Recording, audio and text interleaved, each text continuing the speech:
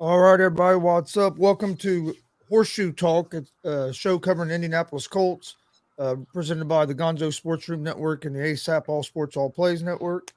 Got should be a good first show for you tonight. Joined by Tony Hollingsworth from ASAP. How you doing today, Good. Tony? How about you, man? Good. Yeah, doing pretty good. And then also joined as normal by my dad, Tony Gonzalez. How you doing, Dad? Doing doing pretty good. I know we're about an hour and a half later than what I said we was going to be, but that was my fault because somebody fell asleep. But Noah, did you excuse me? Did you watch any of the preseason game on Saturday? I didn't get to watch much of it. I got to listen to a little bit of it on the radio. I got to hear a lot of the stats. I know Indy got 5 takeaways, technically 6. They got an interception on one of the 2-point conversions, but those don't count, unfortunately. But the defense had a great day as far as getting 5 turnovers against them. They ended up losing, even though they were up by I think 2 scores at one point. But they did also have all 4 quarterbacks on the roster play. So that was a majority of what I had caught as far as that goes, but I didn't get to actually see the game. Dad, did you watch any of it? I went back and watched some highlights and stuff and took down some notes. Yeah, the defense did play well. Played pretty well. Offense, I thought Matt Ryan looked good, but he wasn't in there very long, all that long. My only big takeaway is the wide receivers didn't look real good. But we'll see. That's the thing I've been worried about all year long. Why they didn't go out and get some more experienced wide receivers. I'm hoping that's not our downfall, but that's what I'm worried about. Hopefully, I'm wrong. I agree with you. Really the one area I'm worried about with the Colts is the wide receiver position. I know some people aren't sold on Matt Ryan. I think Matt Ryan is going to be better than what Carson Wentz was last year. But the wide receiving core scares me because you don't have Ty no more. So what? Pittman's going to be our number one, and we're going to depend on one of these rookies to be a number two. And I think they're going to feed the ball to Jonathan Taylor awful lot for our offense to have a lot of success. Yeah, I agree, and I think that's honestly what they had to do last year, and that's what I was probably surprised the most about when they got rid of Wentz and then they got Matt Ryan. They didn't really do anything last year from the wide receiver core perspective. I mean, they had Ty last year, but I mean Ty.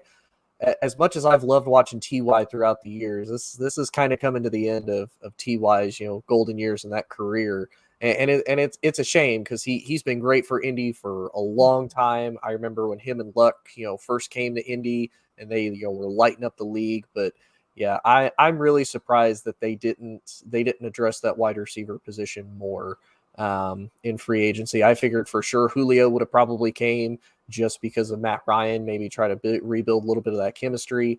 I'll be honest, unless somebody snatches him up before, I could honestly see them maybe signing Odell Beckham Jr. maybe a little bit more as the season goes on, depending on where they are in playoff standings, what their position is, and how he's feeling. I could honestly see them saying, "Hey, OBJ, come to Indy.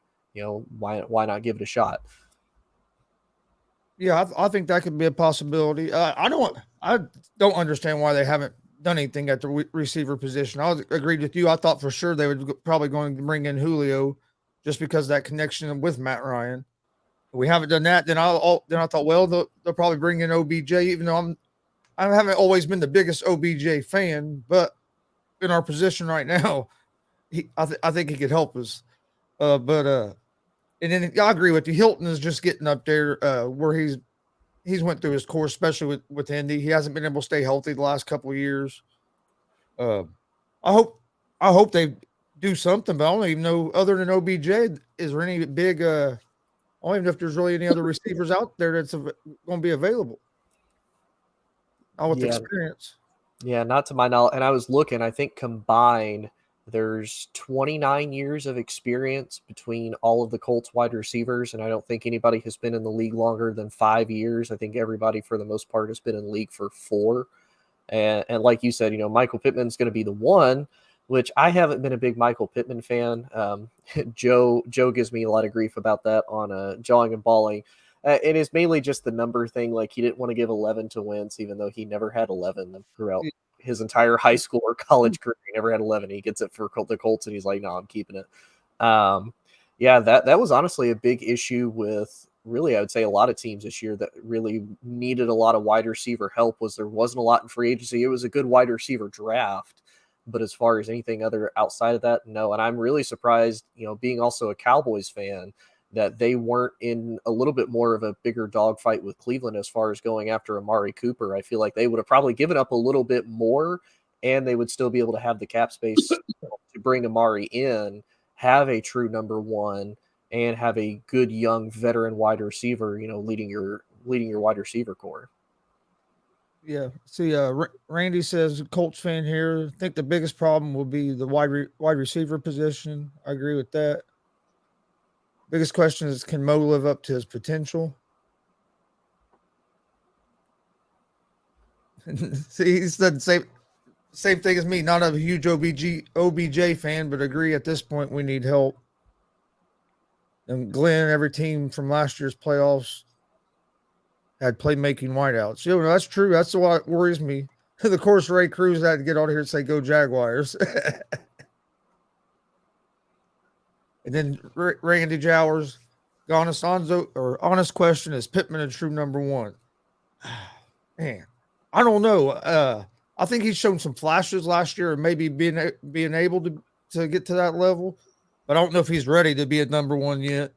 I mean, last year was his best year, and it wasn't like he had great numbers, but a lot of people blame that on Carson Wentz, which Carson Wentz wasn't great, but he also wasn't terrible most of the year for the Colts. Yeah, they really shit the bed the last 2 weeks there and got beat by Jacksonville and didn't make the playoffs, but Wentz played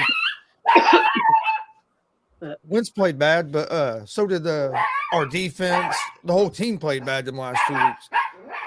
But what do you think, Dad? Do you think they'll go after a receiver? Do you think Pittman can be the number one? I think Pittman is a number one, but I think it's tough when you don't have any other receivers to really go to, and they're double teaming you and triple teaming you. I think he can be, but they've got the other wide receivers have got to step up, and the other guys has got to step up this year as the tight ends. The tight ends have been a big thing for the Colts in the past, and really wasn't that strong last year. Now, I didn't think that in this game here, I didn't think the tight ends did too bad in this game. I'm hoping that the tight ends can step up because the tight ends have always been big for the Colts. But yeah, I think Pittman could be a number one, but he's got to have some help. I mean, if none of your other receivers are a threat, they're going to double team you, and it's going to make it tougher. So, and I'm not a old GB, whatever his name is. I'm not a fan of his at all. I never have been. I think he's a troublemaker. I do not like him at all, and I think it'd be a bad idea for the Colts to get him. But that's just my opinion. But we'll see. I mean, I was worried a little bit. I know I did some reading too. The wide receiver that played for Cincinnati, he did not get very much separation at all from the defenders. That's a big worry. I mean, if you can't get away from people, it's a totally different league in the NFL than college. I don't know. I'm worried about the receivers. We'll see. But I think Pittman is a one, but he's got to have help. Yeah, I agree. I was the same way with OBJ. I always felt kind of like he was a troublemaker and stuff, but I think he's got to the point of his career now that he got that ring. I don't think he brings as much drama with him as he used to. Well, the Rams were winning. When you're winning, it's easy to be. that's true. It's easy to be happy when you're winning. If you lose 2 or 3 straight, and if you don't feel like you're getting the ball, it's a whole different story. Yeah, no, that's true. Winning solves a lot of problems. That it does. And I mean, it gave him a chance to go to, back to a big city, back to a team that really wanted him, that really cared. He went back to LA. He can build his brand, which that's really what OBJ has been about for a long time. Has been his brand, making good money, being in a place that, he can really thrive. And you didn't really have that much in Cleveland. Cleveland, unless you're from the Midwest, and more specifically, unless you're from Cleveland, Cleveland is not the big city, is not the big place that you want to go to, especially when you go from having, New York City, well, technically New Jersey, to, Cleveland. That's a big drop off. But then you come back to LA, you don't necessarily have to be the guy And, like Tony said, winning solves a lot of that, and it got to the point where, okay, Robert Woods is gone. You're going to be our other guy with Cooper Kupp. And honestly, it's going to sound like a little bit of a shot at, Baker Mayfield. I think a lot of it's the quarterback play. And, me also being a Cowboys fan, I was not a big Eli Manning fan. And, even statistically, Eli was not good about pushing the ball down the field. So I feel like for him, he hasn't really had a good quarterback in his career until he finally got teamed up with Matt Stafford. And to me, Matt Stafford is in his own league above Eli and Baker both. But that's kind of to me, and I kind of agree with Randy. I see Michael as more of a wide receiver too, but much like Chris said, he didn't have a bad year. He had 88 receptions for just under 1,100 yards and 6 touchdowns. So I mean, that's not bad for essentially he was the wide receiver one last year because Ty was hurt majority of the year, and they didn't really have anybody else. So yeah. I mean, he last year was kind of his coming out party of, hey, can you do this or not? Yeah, that's the problem. Like Dad mentioned, he's going to have is people are going to start double teaming.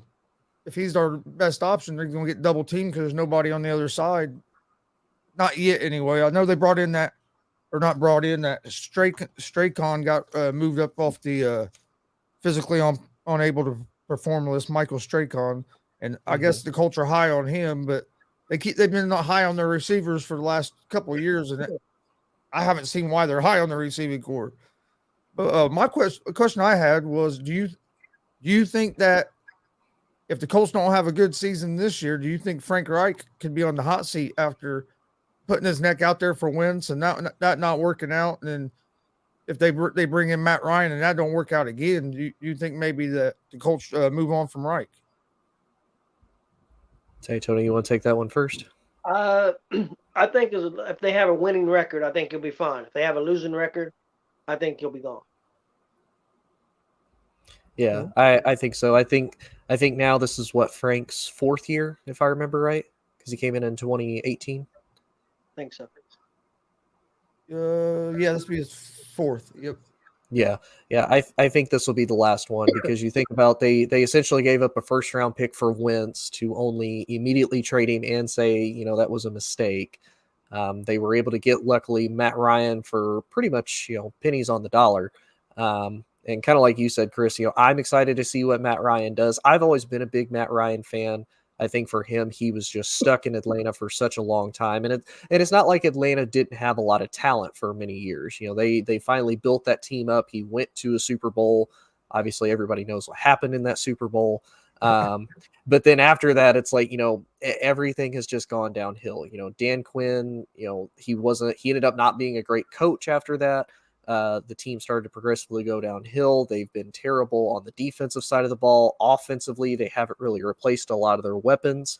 And then, of course, as we saw, Calvin Ridley ended up getting suspended for the year. So really all they have now is Kyle Pitts and Drake London going into the season, and they don't have really a quarterback to show for it, as well as they haven't had a run game since they got rid of Tevin Coleman and Devontae Freeman either. So I like Matt Ryan. To me, it does say a lot that Frank, being Carson Wentz's offensive coordinator when when he was in Philly and they managed to get to a Super Bowl and basically win the Super Bowl, and Frank couldn't replicate something similar to that in Carson's 1st year, says a little bit. I know a couple of us had talked about it before on another show that we're surprised he didn't at least give Wentz one more year. Like giving to, 1st year, he's kind of getting acclimated into, not really acclimated into the system, but acclimated with the players. And, after a year, 9-8, and you lose, of course, to the Jags in Jacksonville and you miss the playoffs, it's like, okay, well, it's time to move on. Well, you're not exactly putting Matt Ryan in a good spot either, because I could honestly see if they don't win or go into the playoffs this year, I could see Matt Ryan getting cut as well, and them just trying to completely start over as far as the quarterback situation goes. Yeah, and I kind of felt the same way about Wentz because I figured they would give him another year because, like I say, he didn't play terrible. I think he had 27 touchdowns and 7 or 8 interceptions, something like that. So it wasn't like he played terrible. No. There was times he played real well, but just the end of the season, to me, it was more of a complete breakdown by the whole team than it was just Wentz playing terrible. And for some reason, he became kind of the scapegoat of that situation. And then we bring in Ryan. And yeah, if it don't work with Matt Ryan, I think Frank Reich's going to be gone as well. And I'm kind of torn on Frank Reich. There's a part of me that likes likes him as a coach, but then other times you watch and it's like, dude, what are you doing? Jonathan Taylor will get going and he'll take Taylor off the field, and then it seems like Taylor will be gone for 3 or 4 series. So I think he gets pass happy sometimes. And you have the best arguably the best running back in the league now, and you don't have to be pass happy. Give him the ball, like Jay said. If JT gets going, that play action is going to make Pittman a lot more successful. Yeah. And I think it's kind of sad too, because I agree. I like what Frank has done. And to me, Frank has really done his best to balance this team, because you look at a lot of offensive coaches, their defenses typically aren't the greatest unless they have a for sure good defensive coordinator. And I feel like between Frank and Matt Eberflus, building that defense up, they have a top 10 defense for sure. He has a top 5 offensive line. He has a top 5 running back. Really the only 2 positions that probably surprises me the most is he doesn't really have a good quarterback, and he doesn't have any wide receivers for his quarterback to throw to, which is probably the most surprising considering Frank is an offensive guy. Yeah. What do you think, Dad? Do you think Matt Ryan's going to have some success in Indy, or do you think Frank is going to get fired? Well, you already said if he has a losing record, but I think maybe if they don't win a playoff game, he could be in trouble, because I think Irsay is getting a little frustrated that we haven't made it to the playoffs, and at least been competitive in the playoffs. Because last year, we made it the year before and got beat by Buffalo, and should have beat Buffalo that game. Kick a field goal, these coaches would quit turning down points all the damn time. No, the thing I'm interested with the Colts is that I've been hearing a lot of rumors that they're going to use a 2-back offense, that Hines and Taylor are both going to be in the backfield quite a lot. I wonder how that's going to work out. I think they're going to utilize Hines. I thought they should line up Hines in the wide receiver position sometimes, because he has good catching ability. If the other guys don't step up, let him step up. So that's just been my opinion. I know a lot of running backs aren't necessarily wide receivers, but I know he is a good pass catcher, has a decent running back. Yeah, I think you could play Himes in like the slot some, especially. But interesting too, they brought in Philip Lindsay as well. So it's like they keep getting more running back talent, but why didn't we get some more wide receiver talent? Yeah, it's kind of weird. Does it almost remind you a little bit of like the Houston situation last year, where it's like they didn't really know what to do with their quarterback room, so they went and they signed Ingram, they signed Lindsey.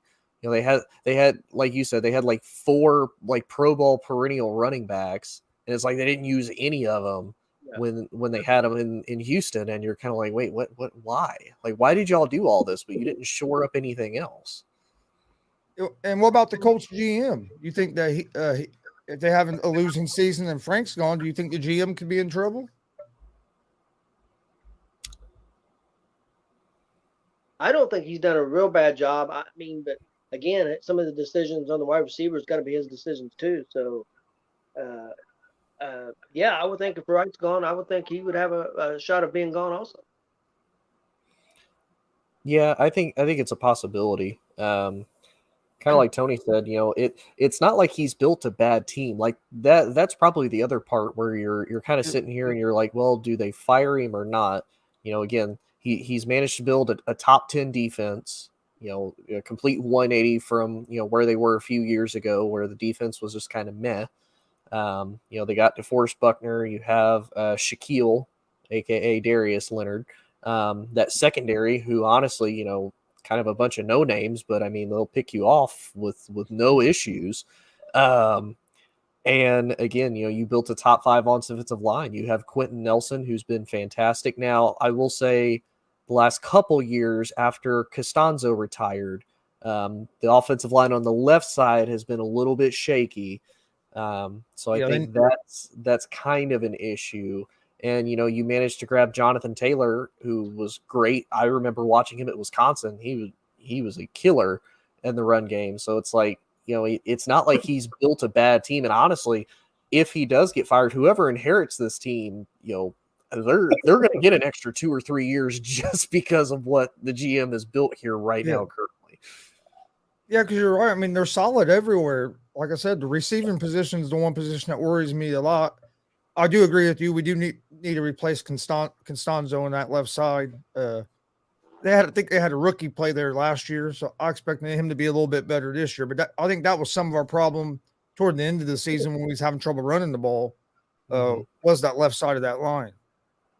Yeah. Well, I wrote this down, but I didn't write down the guy's name. But there was a guy that played left tackle in that game, and he had 43 snaps. So he played 43 snaps in that game, which is quite a few snaps for a preseason game. But I didn't write down his name. I think he is a rookie or hasn't been with the Colts very long. Yeah, I forget I'm not sure who you're talking about. I have to go back and look it up. But they, I don't know.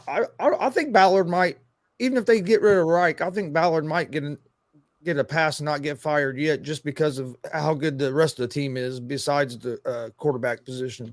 I think we're with Reich, it would be more because he's supposed to be. People thought of him as kind of like a quarterback whisperer with what he done with Foles there in Philadelphia.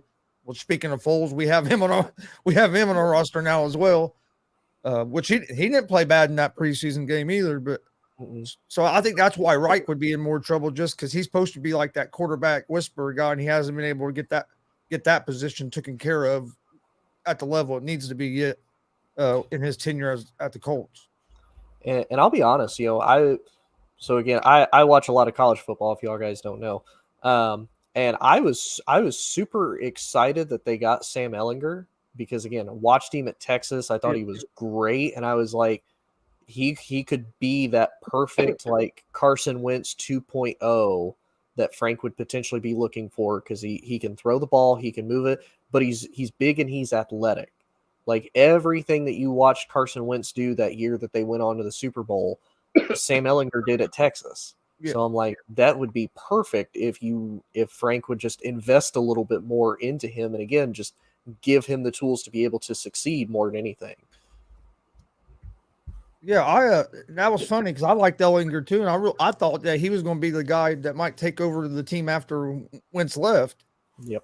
But they must just not be sold on him, or he's not performing well in practice. But I really did. I thought he would be a guy that might turn out to be a pretty good quarterback for the Colts. Maybe they got a steal a little bit later in the draft, but they must not be real high on him because they keep bringing in these older guys. And I mean, this will be our third older quarterback after Rivers. Yeah, that didn't work. Which he didn't play terrible. He should have won that first playoff game.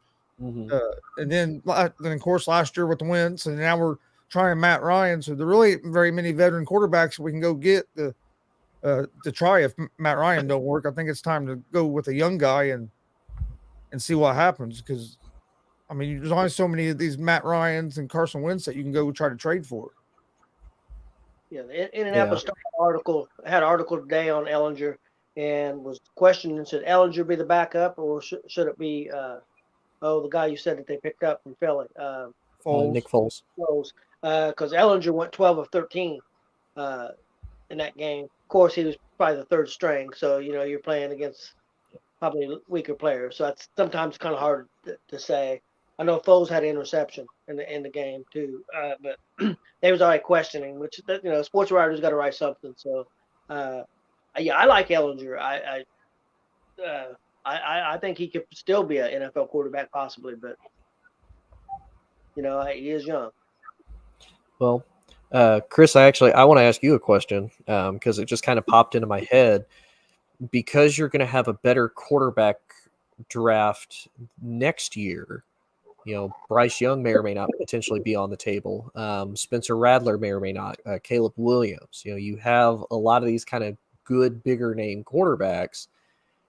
Do you think that if say Frank and Chris both have just a terrible season, but he spins it in the way of, let me finally get the young quarterback that I want, say they do bad enough that they're able to, potentially go for a, Bryce Young.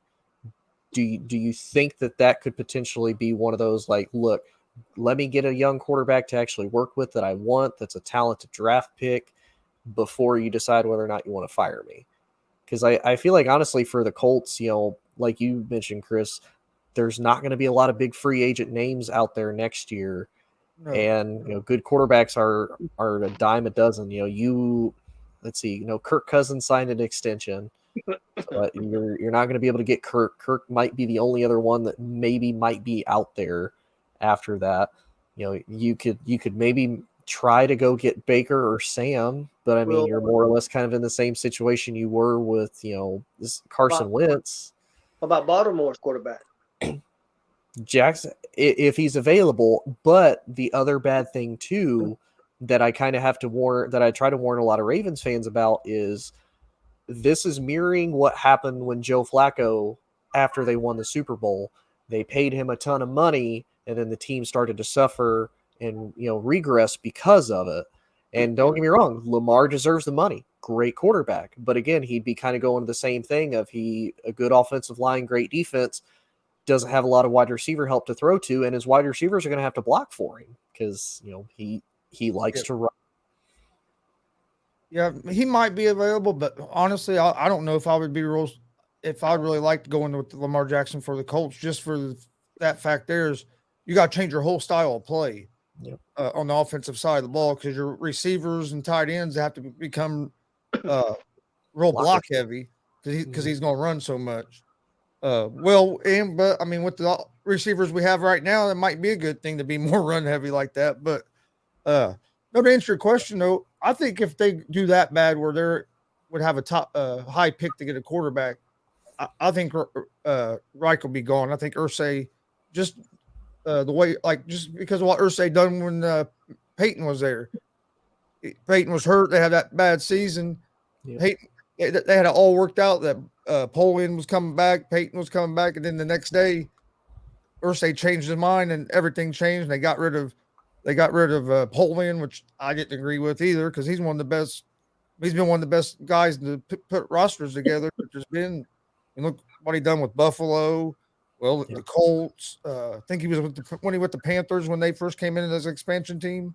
I think so, if I remember right. So I mean, he's had his hands in a lot of successful teams, and Irsay got rid of him after that bad season. So I think if they have a season that bad, I think both the GM and coach would probably be both gone, and they'd try to get that young quarterback, and they'd probably go after a younger coach. Yeah. Although I will say the difference with that team though is that team was that overall team was old. That offensive line was old. It was bad. Saturday ended up only playing one more year with the Packers.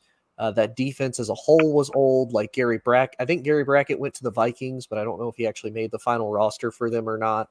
Bob Sanders had been in and out for years. Adai was long gone and done.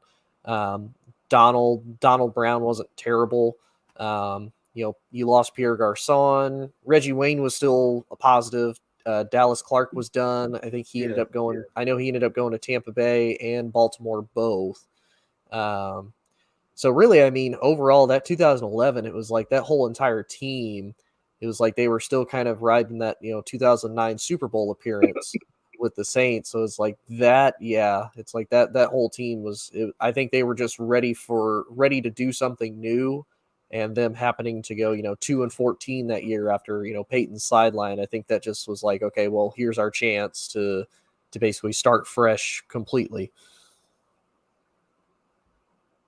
Yeah, no, I agree with you. You're right. That team was getting old.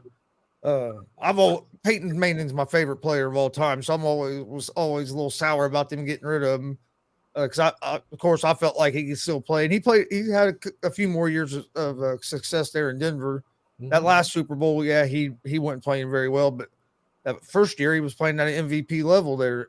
And then another year they got beat in the Super Bowl. He was playing at a real high level, so he had some. But you're right. That is an older team, so I mean, maybe he does at least stick with if not both of them, at least maybe one of them. Mm-hmm. Just to keep some continuity in there with the team that you do have. Yeah. I think with Irsay, though, if they have that bad a year, I think he's going to be so upset because he's expecting at least the playoffs this year. I would say at least. If they have that bad a year, I don't think he'll be able to take it. Somebody's out the door, and I would think it'd be both of them. But I see what you guys are saying, though. I don't know if that would be the smart move to get rid of him, but I think that's what Irsay would do. Oh well, a lot of it depends on what kind of mood Irsay is in in that day. I do. I don't know. Sometimes it seems like he'll go back and forth. It just kind of depends on what kind of mood he's in. How do you think the defense is going to look without Eberflus? Do you think that's going to be a big loss not having Eberflus anymore since he went on to the Bears? I like Gus Bradley a lot, so I think the defense is still going to be pretty strong. Yeah, as a Cowboys fan and as a Colts fan, this hurts twice because Eberflus came from Dallas's staff when Dallas had a very good defense. Went to Indy, became the defensive coordinator. Super happy for him, and of course, he did a complete 180 with that defense and turned it into what it is today.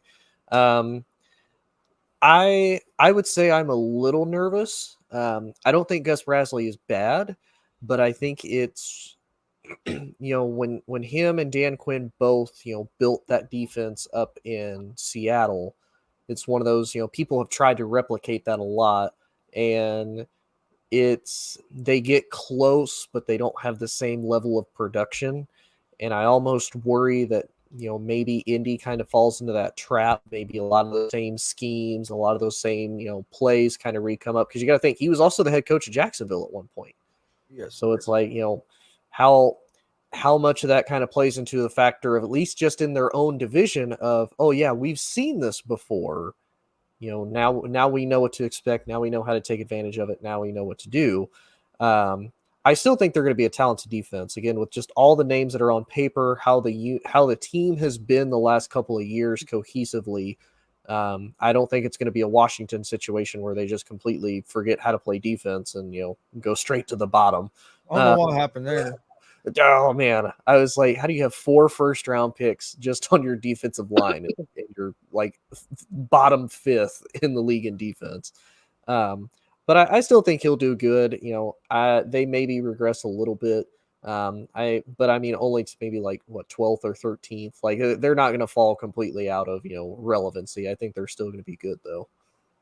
Yeah, I think they'll still be good. What worries me a little bit is Shaq. I guess now his name's Shaquille now, but is his back, because I know he had to have that back, some kind of surgery and stuff, and how's that going to affect him? Is he going to be able to make it through the whole season? Is he going to be ready at the beginning of the season? Because man, a back injury they're tricky. I mean, that's what causes most of my trouble has been my back. And I mean, you hurt your back, then your arm, your legs, all kinds of other stuff can get affected from it. And once you have a back surgery, to me that's not a good thing. So I'm hoping that doesn't slow Darius Leonard down, because to me he's one of the best linebackers in the league, especially coming into this season. And so that's one thing that I am kind of worried about a little bit is his health, just because you never know how somebody's going to react when they have something done to their back. What do you think, Dad? Yeah, again, I like Bradley. I think they're going to even be more aggressive than before. Now that could be a good thing, that could be a bad thing. We'll just have to see. One player did get hurt. Cornerback got hurt in the game with he's in the concussion protocol. But Isaiah Rodgers, he had an interception, had a fumble recovery, and had a 40-yard kickoff return also. So hopefully he's okay, because it sounded like he had probably one of the bigger days for the Colts in that game Saturday. But I think the defense will still be strong. Like he had probably one of the bigger do you worry about Darius Leonard coming off that back surgery? Yeah, I mean, you always got to worry about back surgeries and stuff, but I really like Leonard. I'm a big fan, so hopefully, he can stay healthy and have a big year.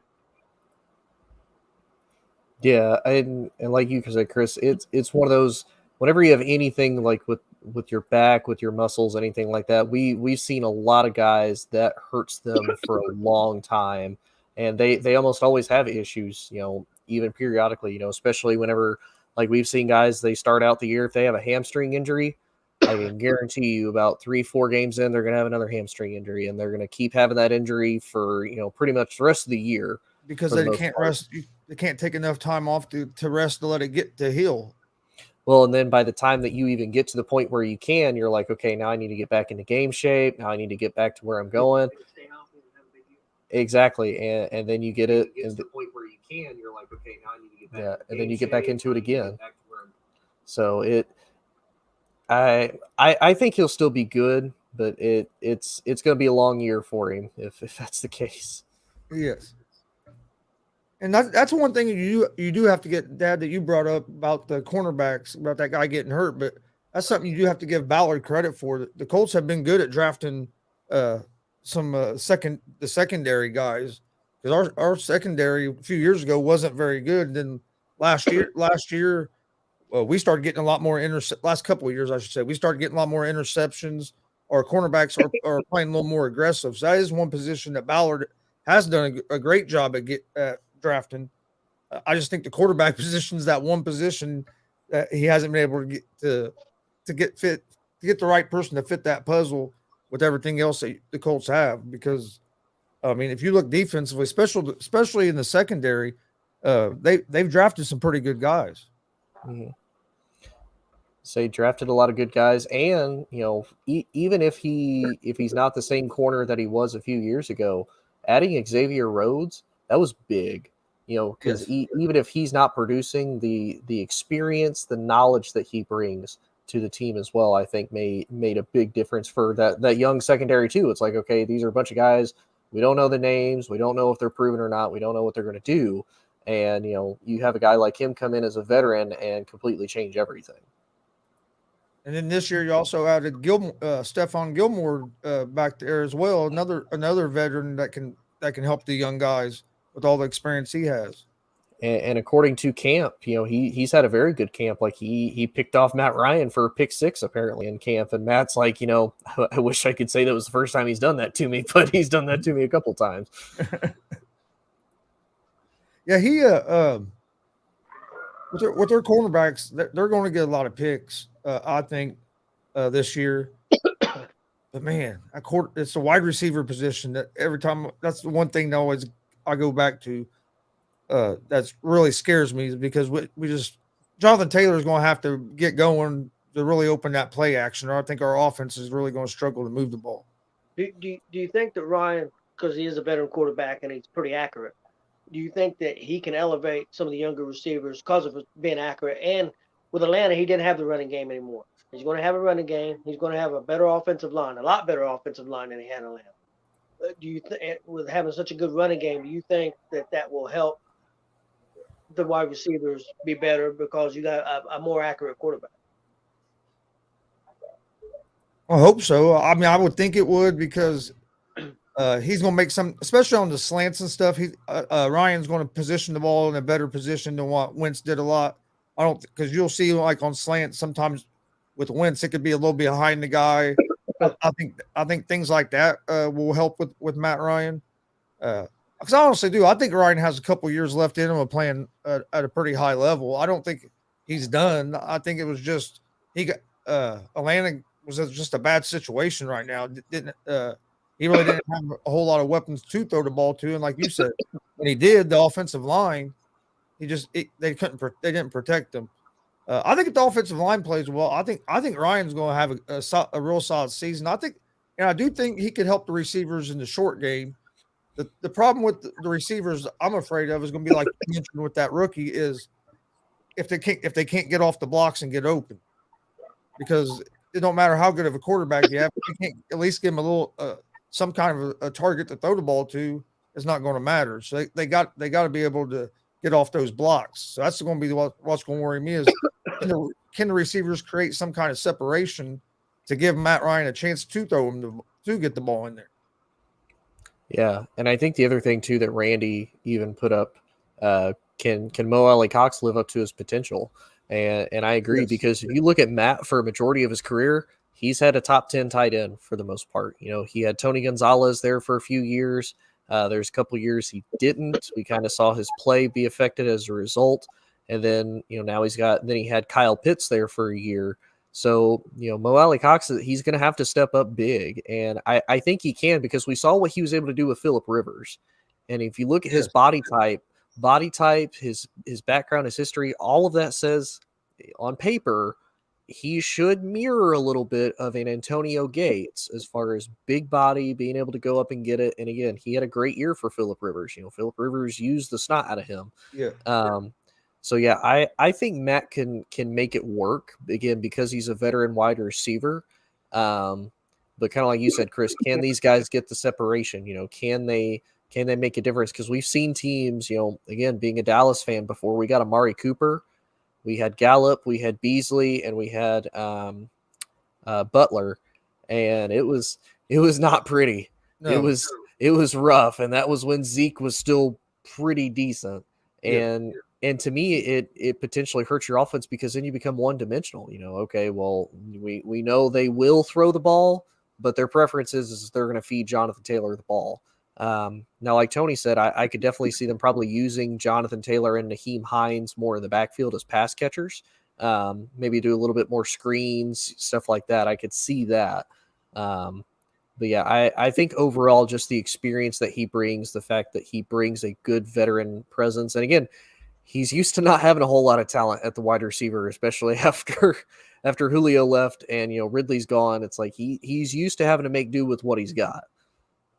Yeah. And the reports that I've been hearing from training camp and stuff was that he's about how great of a leader Matt Ryan is. And a lot of the players were talking about how he's a perfectionist. And I mean, and that's stuff you hear, but I mean, that you hear people talk about most, like the great quarterbacks. Yep. And Ryan, one of the reasons he's not considered at that level is because he lost that Super Bowl. If they'd have won that Super Bowl, everybody be talking about Matt Ryan in a whole different light right now. Mm-hmm. I think people forget he's a former league MVP. That's what guy I forget who it was. It was Damian. It was Damian Hernandez earlier during the afternoon show. Can't remember who he said, but he said that Matt Ryan was a bust. And I said, how do you get Matt Ryan as a bust? He's a former league MVP. Yeah, they blew a 28-3 lead in the Super Bowl. He's always going to be known that he was the quarterback of that team.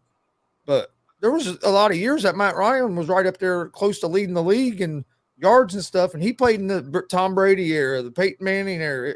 It wasn't like that he didn't play with a lot of other high-quality guys, and he'd always had numbers, if not as good, but at least comparable to a lot of the better quarterbacks in the league. Yeah. And I mean, you got to think too, he's one of the few quarterbacks you had to basically face a future Hall of Famer twice a year, every year in Drew Brees. Yep. And a Saints team that, again, for the last, 11, 12 years has been a very good team, even when they were, 7-9, 8-8 because of the whole bounty gate and their cap was garbage or whatnot. They were still a good team. And it's not like Atlanta could just be like, yeah, we're going to go rolling in there. You had Cam Newton and the Panthers when they were very good from 2011 to really, 2017. So it's like, Matt, the only team he could beat up on all the time was Tampa Bay because Tampa Bay didn't really have quarterback. So it's like, yeah, Matt kind of he did the best with what he had in that situation. And yeah, it's like, some people call Matt a bust. I don't really think that's fair. It's not like Matt has ever been bad. I think he's top 10 in passing yardage, touchdowns. Now you could probably say the same for his win record. Like, he's, I think 120, 102, and I think he has one tie maybe in his career, but it's like, it's not bad. I'm for one, I'm super critical of Aaron Rodgers because again, and everybody's like, well, he's back-to-back MVP. That's fantastic. But you have one Super Bowl in, the 15 plus years you've basically been the starter of Green Bay. Like what do I do with that? And again, not saying Aaron is a bust, but the way that we compare some quarterbacks to others, it's not equal. It's like, you can't sit here and tell me Matt Ryan's a bust when it's like, okay, he managed to get to a Super Bowl. He didn't win. Aaron's only got to one Super Bowl and he managed to win it. And everybody's over here thinking Aaron Rodgers is the GOAT. It's like, okay, well, if you just look at if you took the name off, take the last name off, and you looked at their careers, other than and if Eli didn't have those 2 Super Bowls, okay, if Eli Eli was a don't have them below two average Super quarterback. Bowls, who's the better quarterback, Matt Ryan or Eli Manning? Oh, Matt Ryan. All around, Matt Ryan's a better quarterback. Yeah. Eli finished his career right at 500. Yes. He had those 2 super. He never led the league in. He led the league in interceptions like 3 times. He had, if I remember right, 3 winning seasons his entire time with New York. Otherwise, they were either right at 500 or below it. And yeah, like you said, you take the names off, you take the Super Bowls away. Yeah, Matt Ryan is above and beyond Eli. But again, everybody will give it to Eli just purely because he has the 2 rings and because of his last name. And because especially that first ring, beating that undefeated Patriots team. Yep.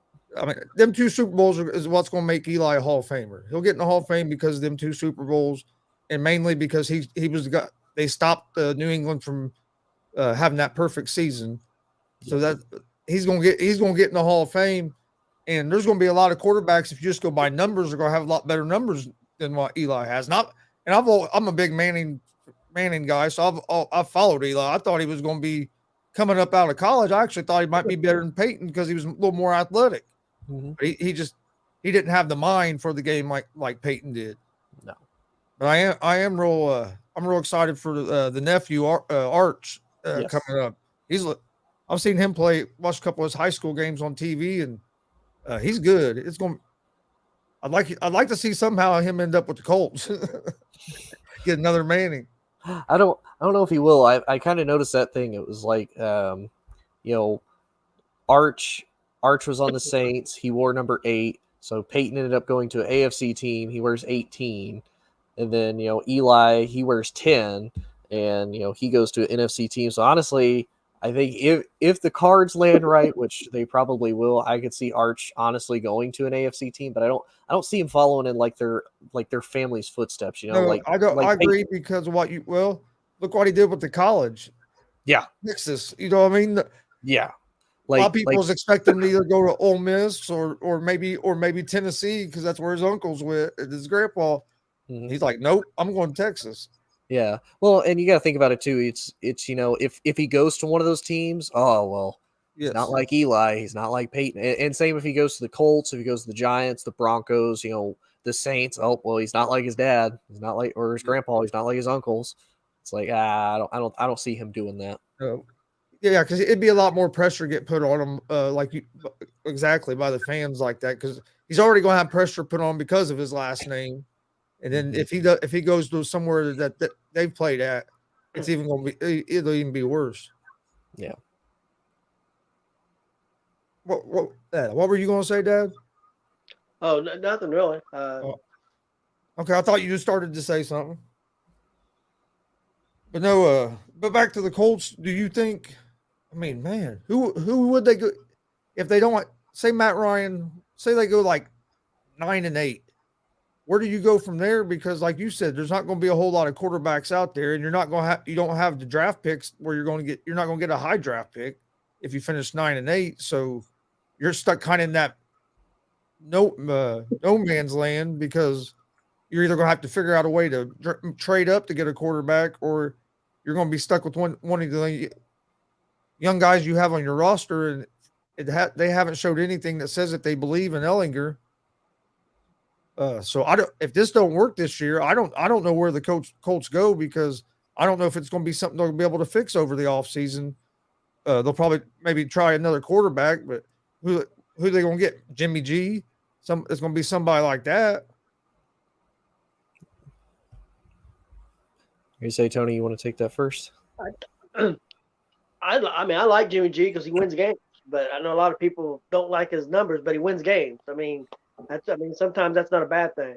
But yeah, I don't know where they would go if they have a real bad year, especially a bad year and can't really get up in the draft to take a number 1. And basically, even if you get a number 1 or 2 or 3, you're kind of starting over. Even if you start him that year, you're probably not going to be very good. And if not, he's going to sit on the bench for a year. Who's going to be your quarterback then? Who's going to be Ryan again for another year? I don't know. I don't know. I don't know if the owner is going to want to start over. I don't know who he's going to get, but I don't know. Yeah, like we kind of mentioned earlier, I like what Tony said. I like Jimmy G because again, when he's healthy, he wins you games. The 2 years he's been healthy, what did he do? He took the San Francisco 49ers the first year to the Super Bowl, almost won it. All the way up into the fourth quarter, he almost won it.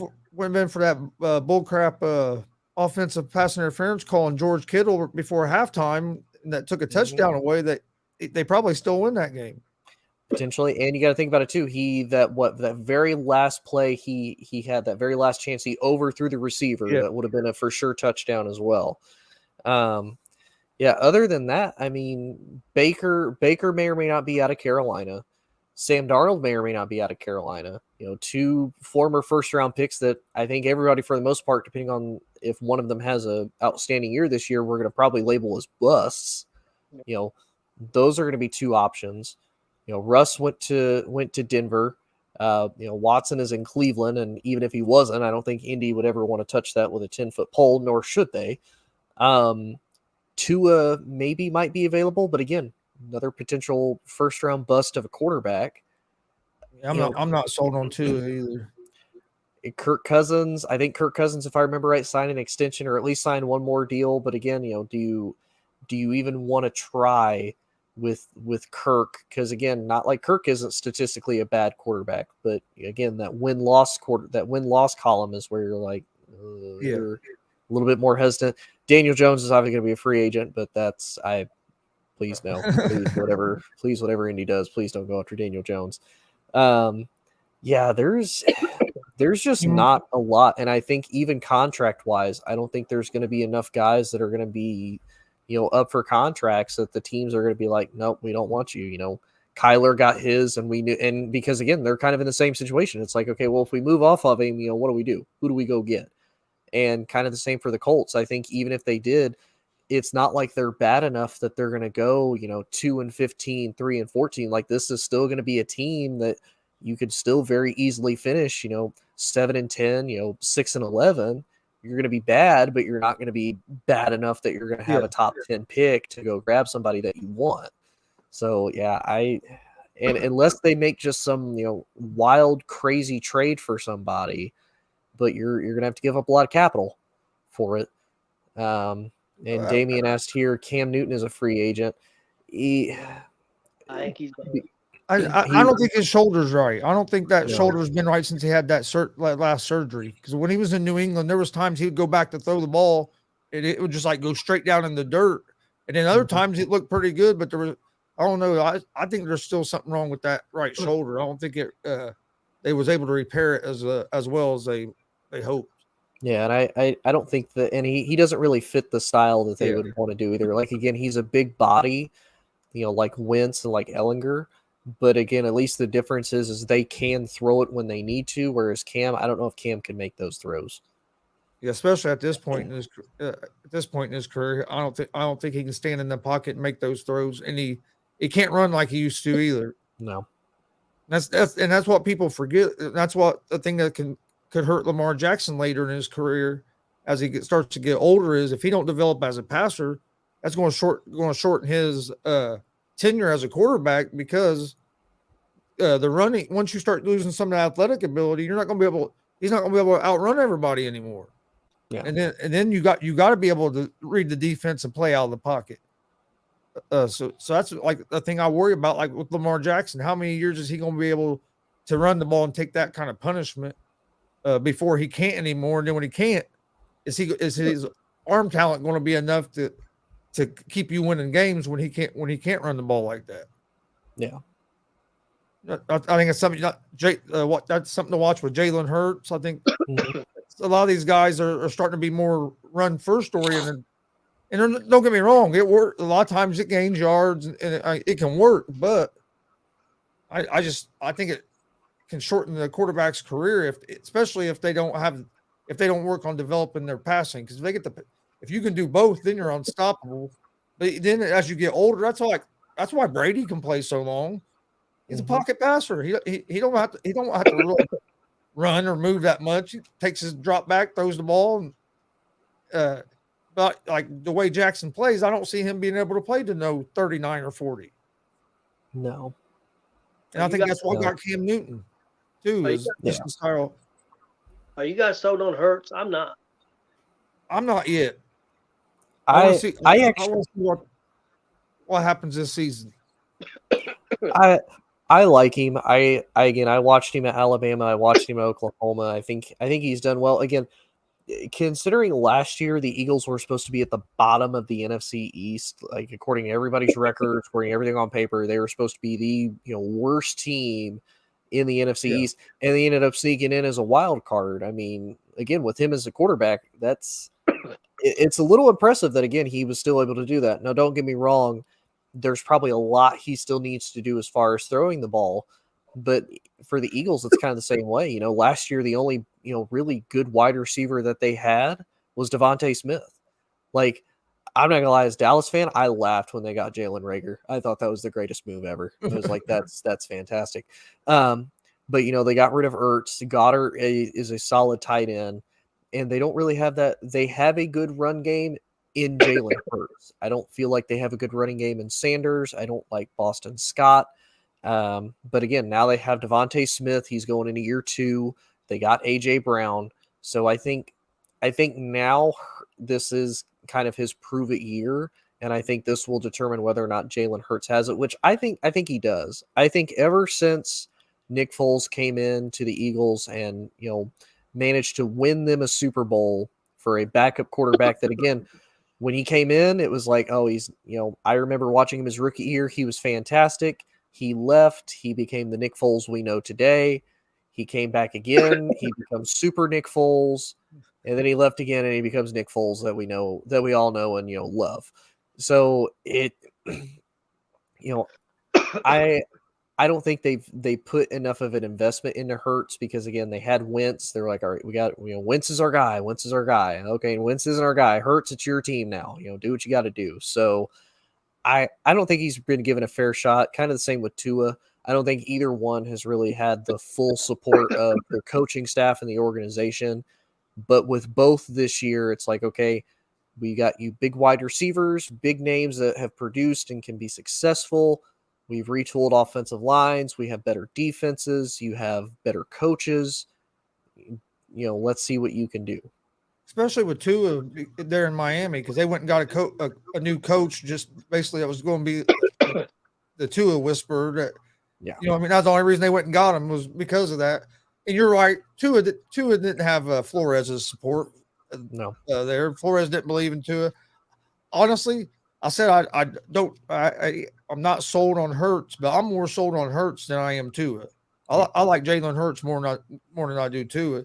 I thought Jalen was the better quarterback when they were at Alabama, and I know people are going to say, "Well, Tua came in and won the national championship for us." Yeah, Hurts was struggling in that game, and the coach made the right decision. But if you look at their full ability, Hurts has more pure ability than what Tua does, and I think Hurts can read the defenses a little faster than Tua.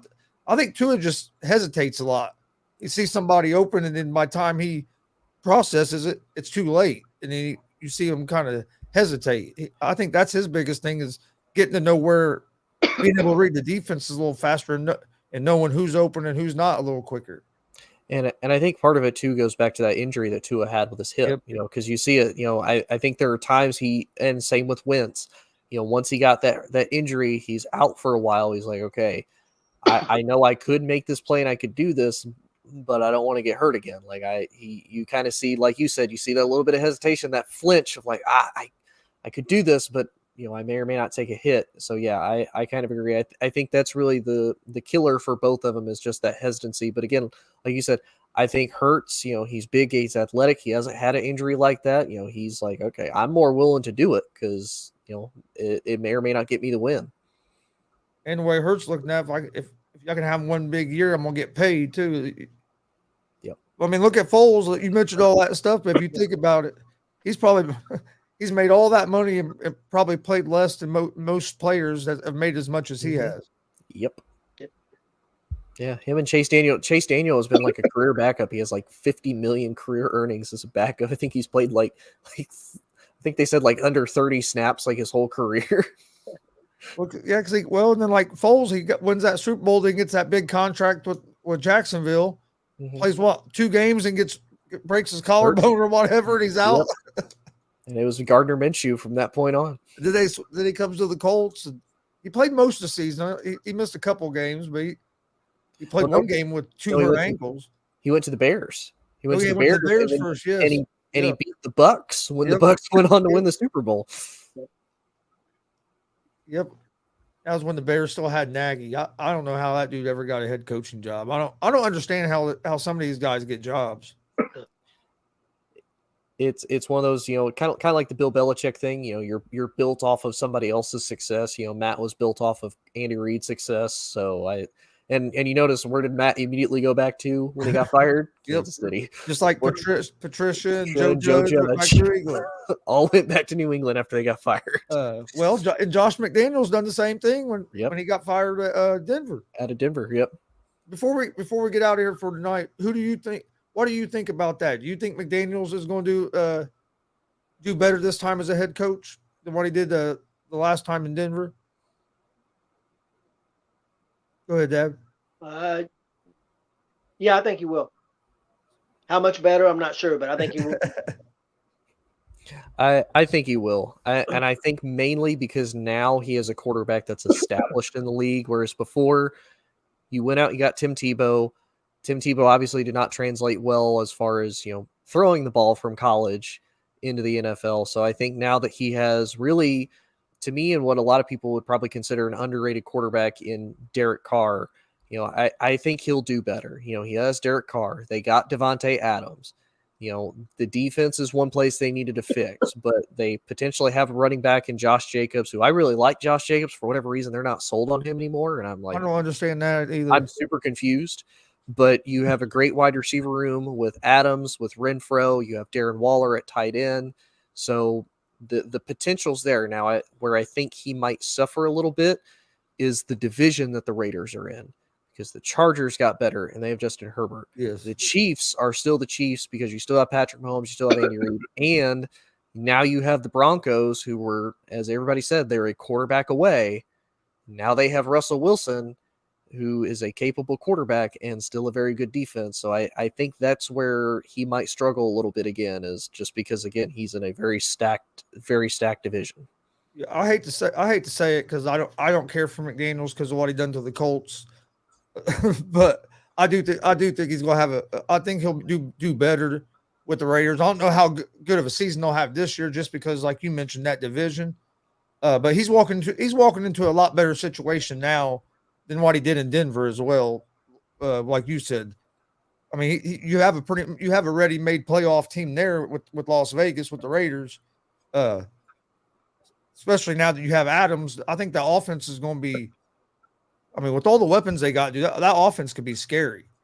And especially with the way McDaniels can draw up plays and stuff. It's going to depend on how they can do it in their division on like the winning thing. But I think he'll handle things a lot better this time than what he did in Denver his first go around.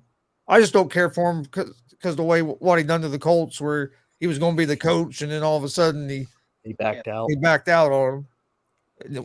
But again, that's not necessarily a bad thing, because I will say, as a Colts fan too, I don't really like picking up New England stuff.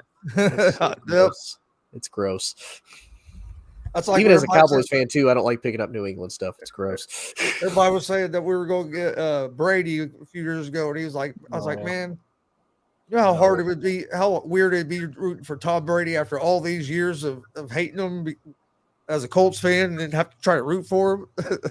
I could have kind of seen it too. I could have seen Tom be like, you know what, I'm going to come to Peyton's house, I'm going to win him a Super Bowl. And yeah, Colts fans are just going to be completely confused as to whether cheer or boo me, because I'm going to make their team winners.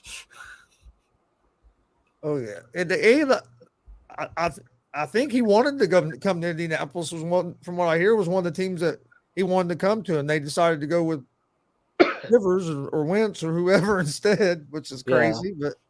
Well, I think he was looking for a good O line, which he didn't have in New England. Yep. He was looking for a good defense, and he's looking honestly for a team that was like, I think a team that would be more open. Like, okay, Tom, what do we do to win?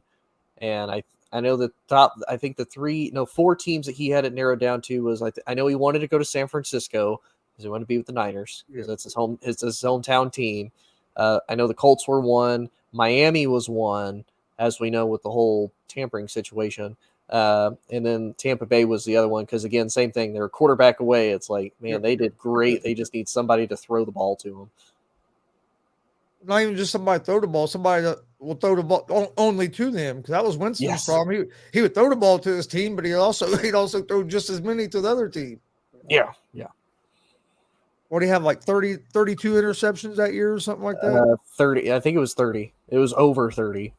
Yeah, because he threw like 33 touchdowns and like 30 interceptions. It's like, oh man. He said, no way Brady would went to the Colts. Hey, the way it talked, he would have back then, but I wouldn't. Not now.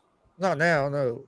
No, they'd have to make a lot of trades for guys that he would want, especially wide receivers. He'd want at least 2 wide receivers, and I think he'd want a top tight end.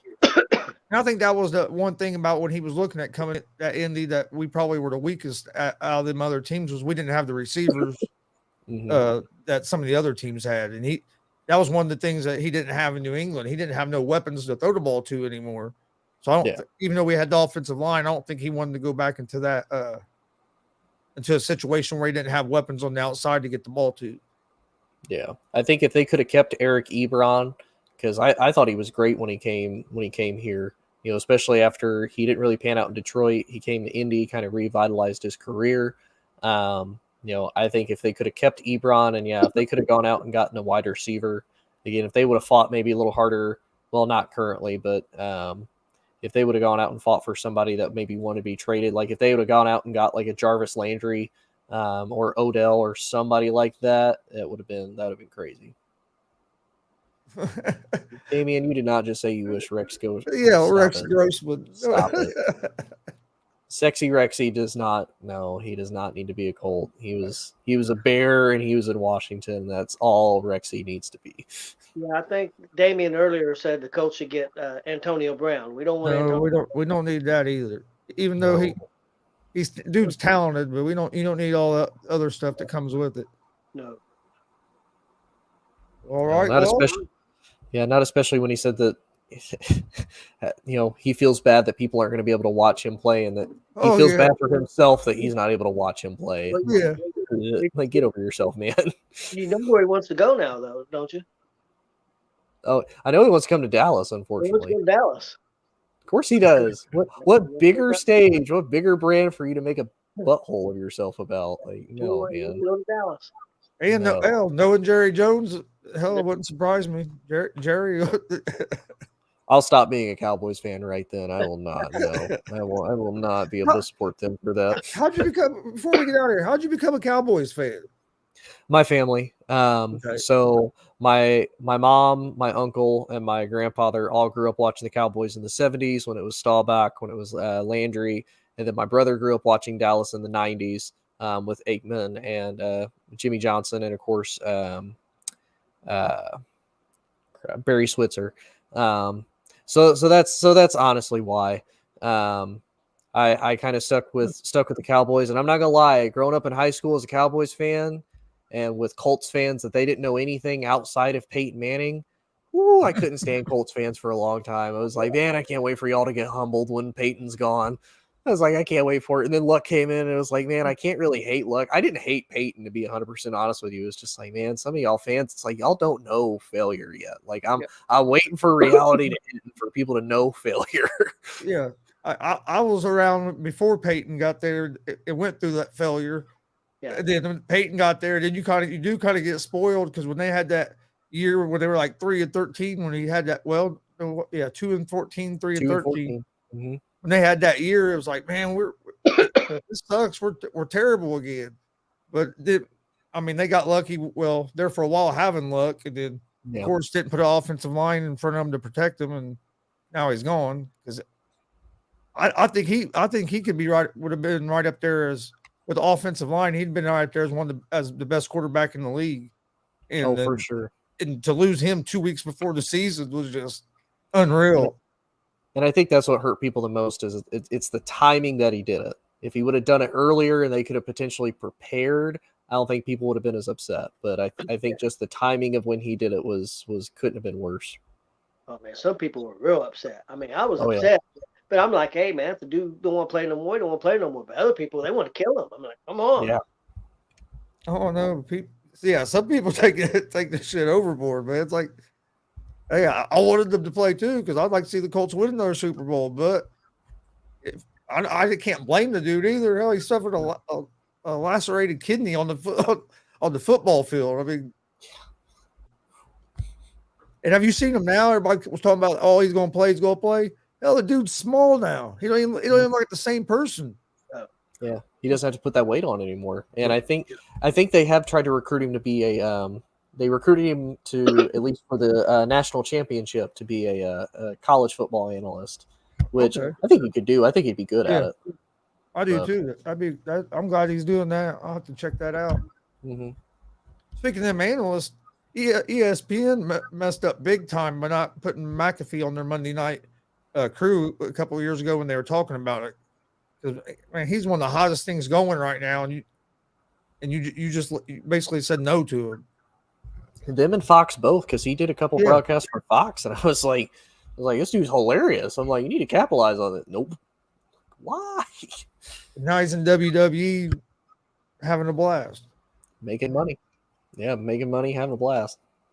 Well, let's get to final thoughts. Do you, Dad, do you have any final thoughts before we go? Real quick on the tight ends, he was talking about one guy stepping up. I don't know if Cox will step up. I think the other two guys are going to come along. I think Cox will contribute, but I think it's going to be maybe 2 or 3 tight ends that are going to contribute. I think those other guys, will step in pretty good. Okay. Tony, you got any final thoughts before we go for tonight? I think even with the wide receiver core is what it is, I think the Colts I think they'll go 10-7, and I think they win the division over Tennessee. I don't know about a playoff game, but I think for sure they'll win at least 10 games and they win the division. Yeah, I agree. I think they'll win the division. I think it's what some people think Jacksonville is going to be up there for the division. I just don't see Jacksonville improving that much. I don't either.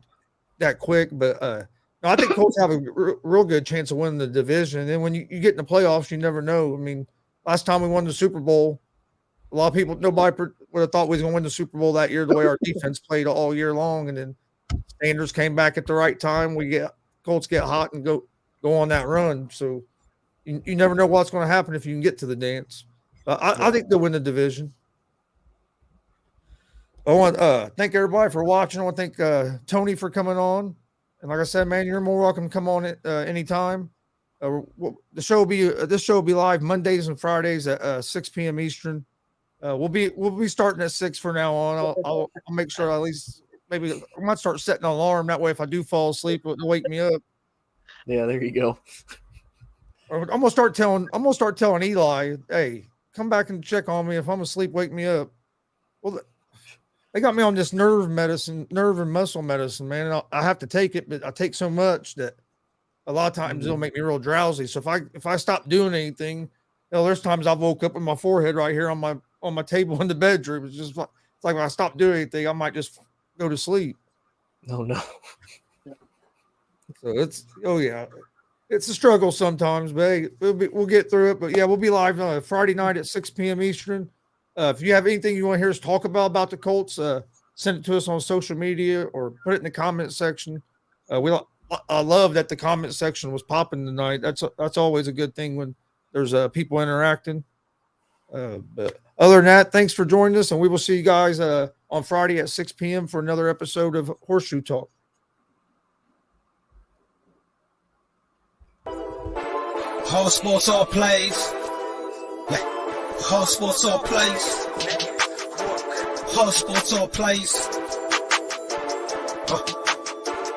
365, we making a place. We talking the game, get you through the days. We're high in the court, the dime in the lane. Variety topics, living the same. All presentation, sports information. In the airways, taking the nation. All sport, all plays, they work in your faces. Grace at the field, so tie the laces. All sports, all plays.